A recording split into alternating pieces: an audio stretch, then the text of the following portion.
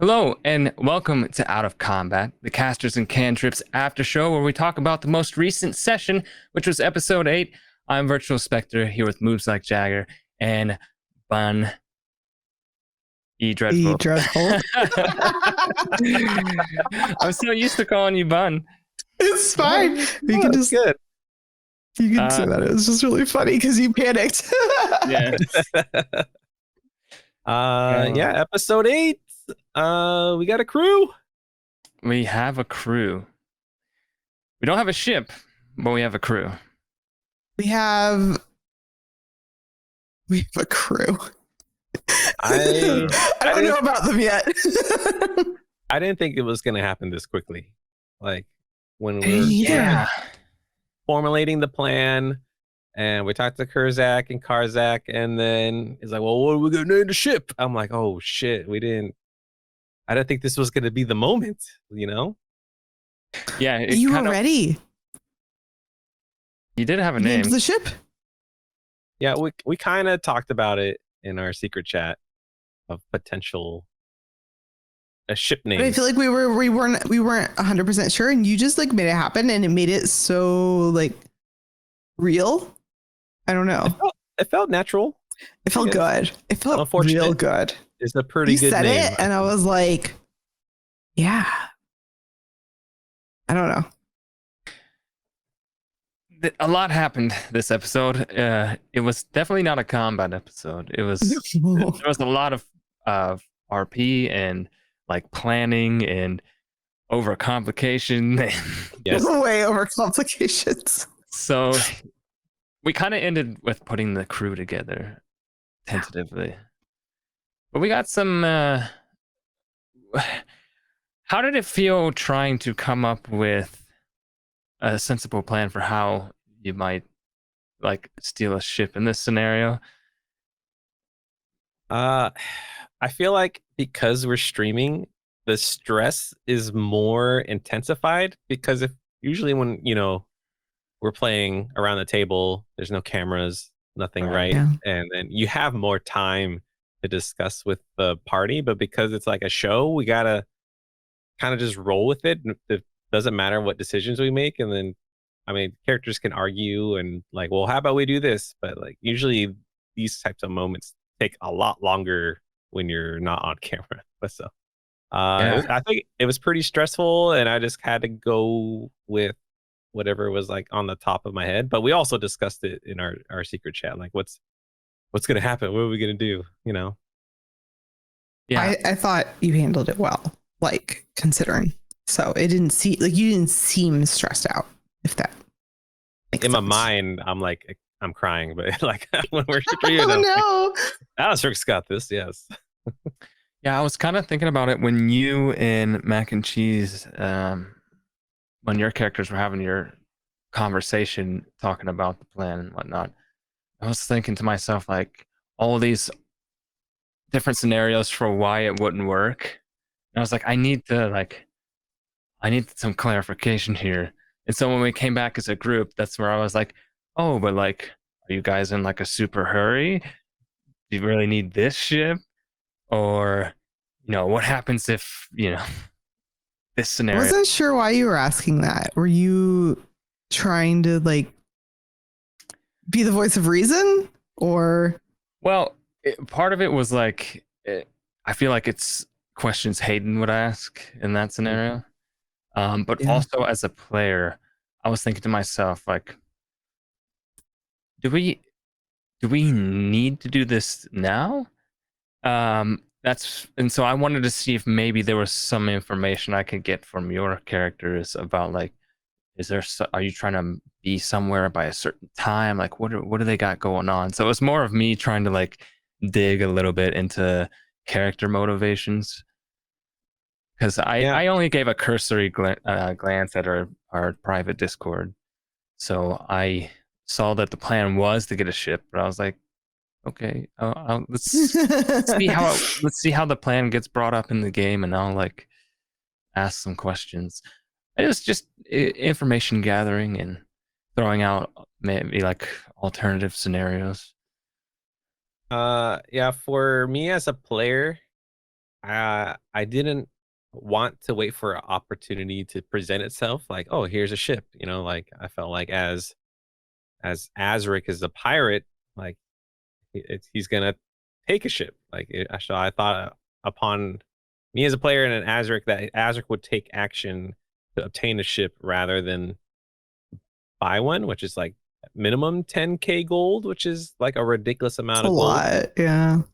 And then it's just like Azric was not made to be an errand boy for a church. And I don't know, like it's been subtle, but Azric actually hates the church. But he's like trying to put on this face that everything's okay. He's doing this for the money and doesn't want to like show his feelings towards like not towards like the Lord priest, the high priest, or any. So he's like very anti-church, but he knows he's doing this for money. Anti the full pantheon or that specific church? Not that one in specific, but Azric kind of has it out for the gods. Like organized religion in the pantheon. Yeah, Gotcha. he's got it out for the gods. They have a history that maybe the viewers will find out eventually. Interesting. See, I don't know if it was clear, but Hayden is not a fan of working for the guy either. I think the previous session he got a bit mouthy with the guy about how he wanted to handle the druids. Yeah, Hayden's not necessarily like against anybody has divine faith, but he can sort of dial in on somebody he doesn't like very quickly based on few interactions, and like you can read people. Doesn't like this guy. Yeah. He doesn't really like how he runs things. He likes oh God, why am I forgetting her name now? Oh, no. Saria. He likes Saria because Saria is solid. Is a completely different person than that guy. And that guy's she's doing Soraya. What she preaches. She's literally Soraya. She's literally like Soraya, she's by the forge day in and day out making things, doing what she believes. Like she's like living it. She's not sitting at a desk somewhere, right? It's totally different. Yeah, Hayden would definitely not be one to be like, no, we should keep doing jobs for this guy. He would be like, no, we can find something else. Yeah, Emmy's not a fan of the church either. There is, in this world that Max has created, there is definitely a history between natural magic users and sort of the arcane magic users. And there is definitely a conflict there. I wouldn't say Emmy has that conflict. Like she has nothing against like Taj, who uses more of the arcane magic, but she has been raised in an environment that is very much natural magic is the right of things, and arcane magic is sort of a abstraction or it's the other, right? It doesn't mean she's personally against it, but she's been raised in that mindset, so it's going to be really an for her to find anything to like with the church as an organization. The church is divine magics, not it's arcane. Divine, right? Sorry, but it's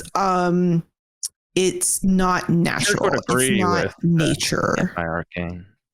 Oh, I see what you're saying. Sorry. Anything that's not like druidic, not arcane. Magic, yeah, there's like it's like druids. It's like a shamanism side of it, right? Like there's the druids and the church.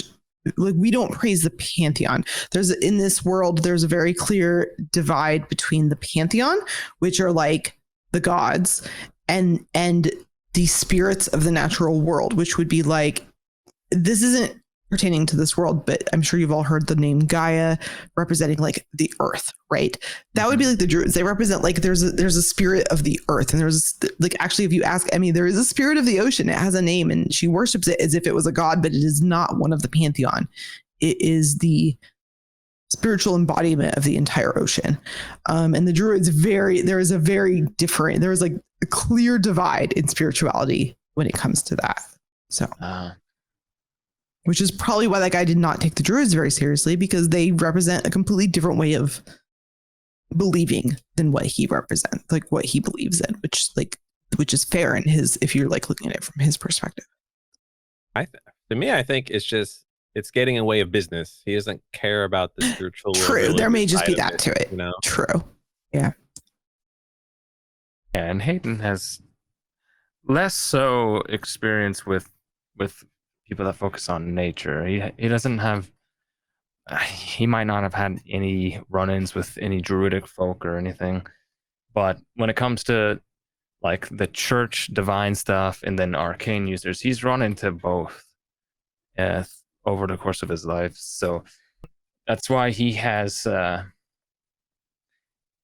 of like a middle ground attitude towards things, where he tends to judge somebody based off of what they do rather than like, oh, like other people in this universe where it's just arcane is bad and anybody that does that is bad and anybody that prays the divine is good. He does not fall into that camp. For him, that dichotomy is a big problem, and he's never seen any good come from it. So yeah, it's interesting. There's like three ways of thought. There's sort of like there's divine magic, which is like kind of the socially accepted and the social norm, but it's also very like stringent and like it's like the church, right? Like the organization. Then there's nature magic, which is very much like accepted, but it's not like understood, I don't think, in the common, like you said, Hayden doesn't know anything about it. And then other than that, then the other would be the arcane, I guess, which is the one that I don't personally know a lot about as either a player or a character in this current campaign. So that's interesting. Is that what Azric actually, that would be Azric really would fall into that third category, I believe. Yeah, we just don't know it much warlock, yet. so it's arcane. It's not nature. Divine. Yeah. And even probably even worse, it's not only arcane but also occult. I feel like that's a double whammy. Yeah, you're not really okay anywhere, are you?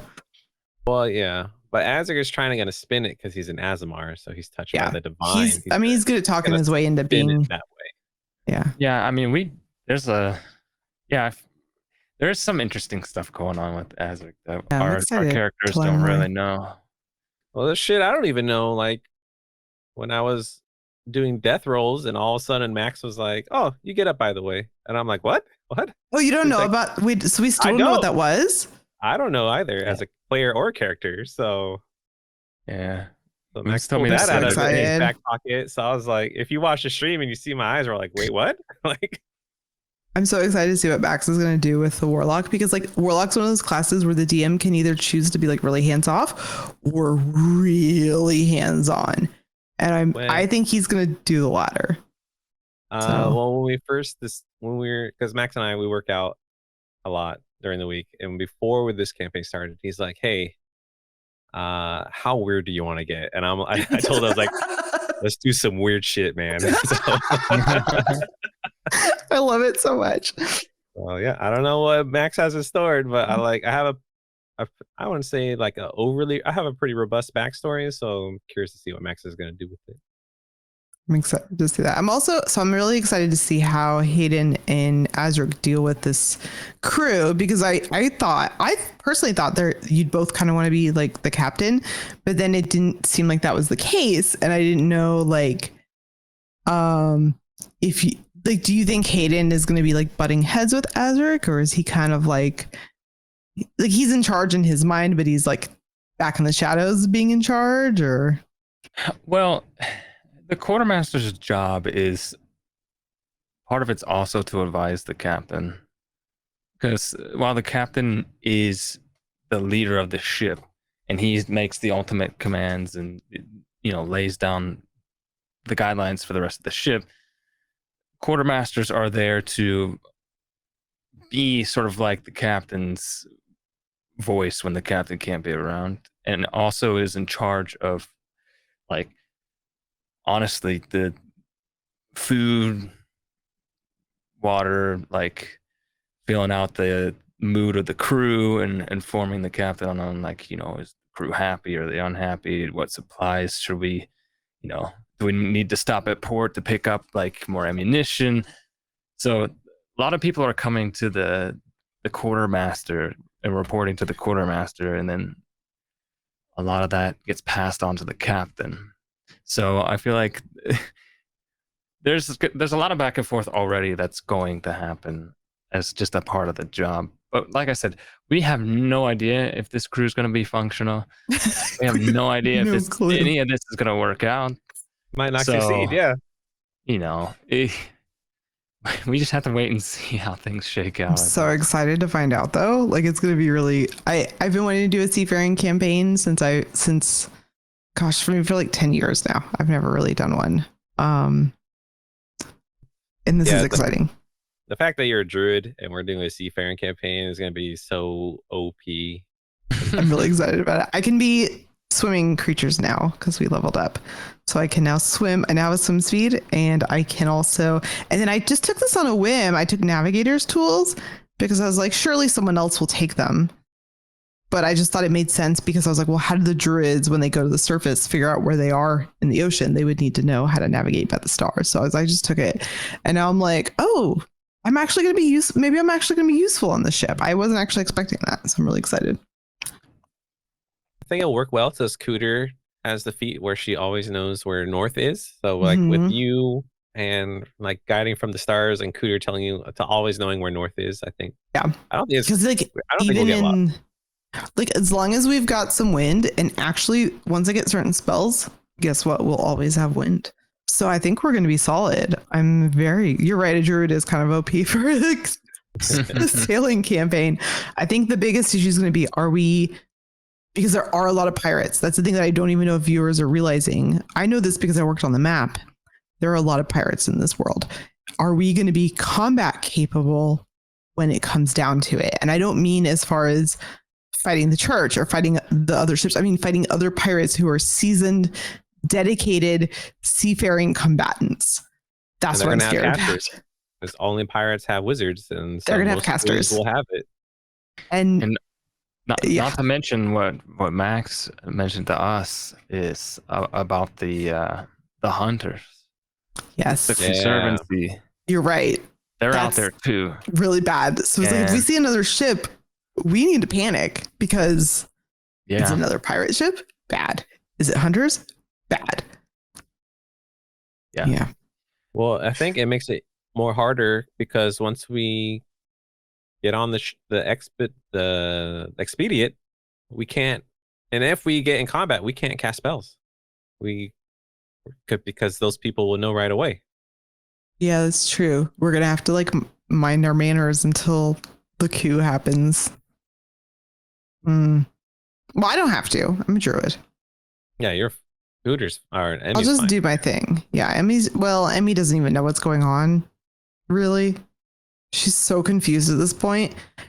And Taj kept asking her. I kept saying, "Oh, I understand," and I realized that Mac finally picked up on it when Emmy says, "Yes, I understand." She does not understand.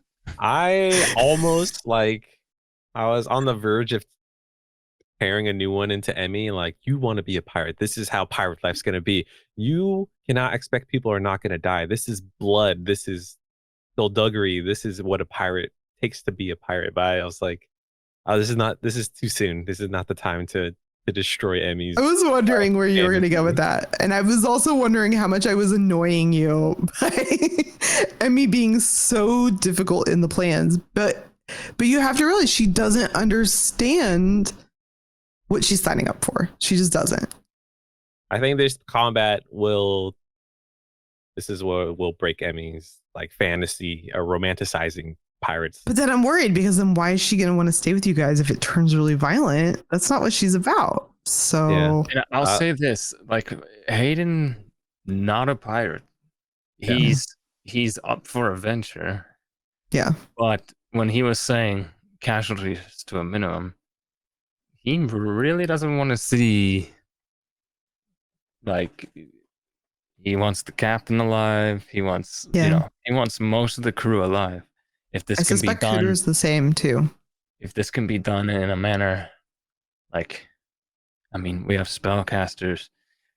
He's seen them do stuff like sleep and all this stuff, ways to take people out of a situation without actually killing them. So because he's aware of that, he's like, guys, there's a way out of this where, you know, very little blood is spilled. It's gonna be tough. It's going to be interesting. I think Azric and Taj are going to have their work cut out for them, trying to temper their more pirate-like impulses if they want to keep the crew, meaning the players, if they want to keep the crew together. So it's going to be hard for y'all, but I think you can do it. It'll be tough, and I think it would open to some good RP moments. Like, because right now we've been so far kind of like not really addressing the issues. We're just kind of tiptoeing around each other. But like when things come down to it, I'm curious how, because Taj and Azric, they're pirates. They're, you know, this is what they do. So I'm hoping that we can bring them around to being like the best versions of themselves, but we can still be an adventuring crew. Adventuring's the right word. I don't know that. Anyways, we'll have to stay tuned to find out. Tune in next episode and see if this all goes to shit or not. Watch the disaster live next week. We will find out live. Alrighty. Thank you everybody so much for hanging out with us and listening on in. Make sure to follow us over on Twitch, twitch.tv/casters and cantrips. Over on the YouTubes, youtube.com/@casters and cantrips. There's also always our Twitter. Twitter is twitter.com/caster cantrips. There's no A in the middle because there's too many letters. And and the discord.gg/casters and cantrips. And we'll see you next time. See you next time. Bye.